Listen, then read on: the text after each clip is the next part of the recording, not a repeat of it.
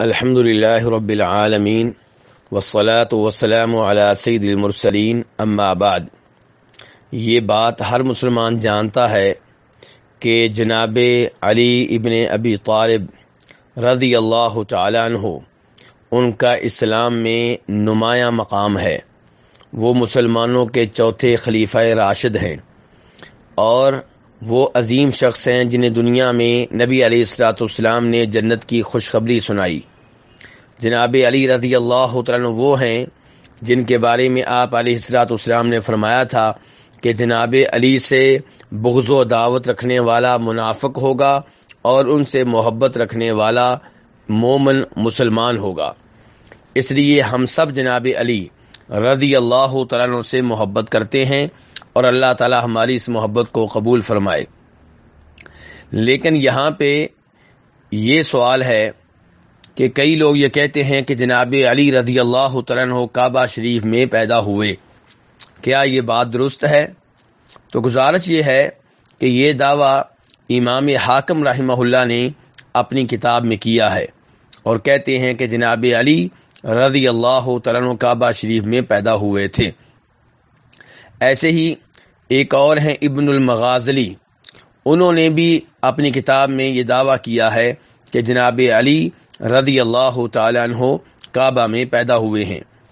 ابن المغازلی کی جو کتاب ہے اس میں جو روایت وہ لے کر آئے ہیں، جس روایت میں دعویٰ کیا جا رہا ہے کہ جناب علی رضی اللہ تعالیٰ عنہ کعبہ میں پیدا ہوئے ہیں، تو اس روایت میں جو راوی ہیں وہ سارے نامعلوم قسم کے ہیں، جن کی امانت و دیانت حافظے کے بارے میں معلومات نہیں ہیں، ان پہ اعتماد نہیں کیا جا سکتا۔ بلکہ یہ کتاب جس میں یہ روایت آئی ہے، یہ کتاب من گھڑت روایات پہ مشتمل ہے۔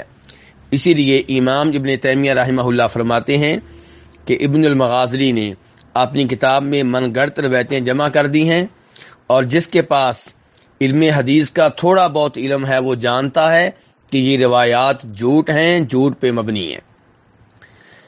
جہاں تک معاملہ ہے امام حاکم رحمہ اللہ کا، تو امام حاکم رحمہ اللہ 405 ہجری میں فوت ہوئے، یعنی کہ وہ 4 صدیوں کے بعد یہ دعویٰ کر رہے ہیں کہ جناب علی رضی اللہ تعالیٰ عنہ کعبہ شریف میں پیدا ہوئے ہیں، اور اپنے دعوے کے اس بات کے لیے انہوں نے کوئی دلیل نہیں پیش کی۔ اس لیے 4 صدیوں کے بعد جو یہ دعویٰ کیا گیا ہے اور بغیر دلیل کے ہے، اس پہ اعتماد نہیں کیا جا سکتا۔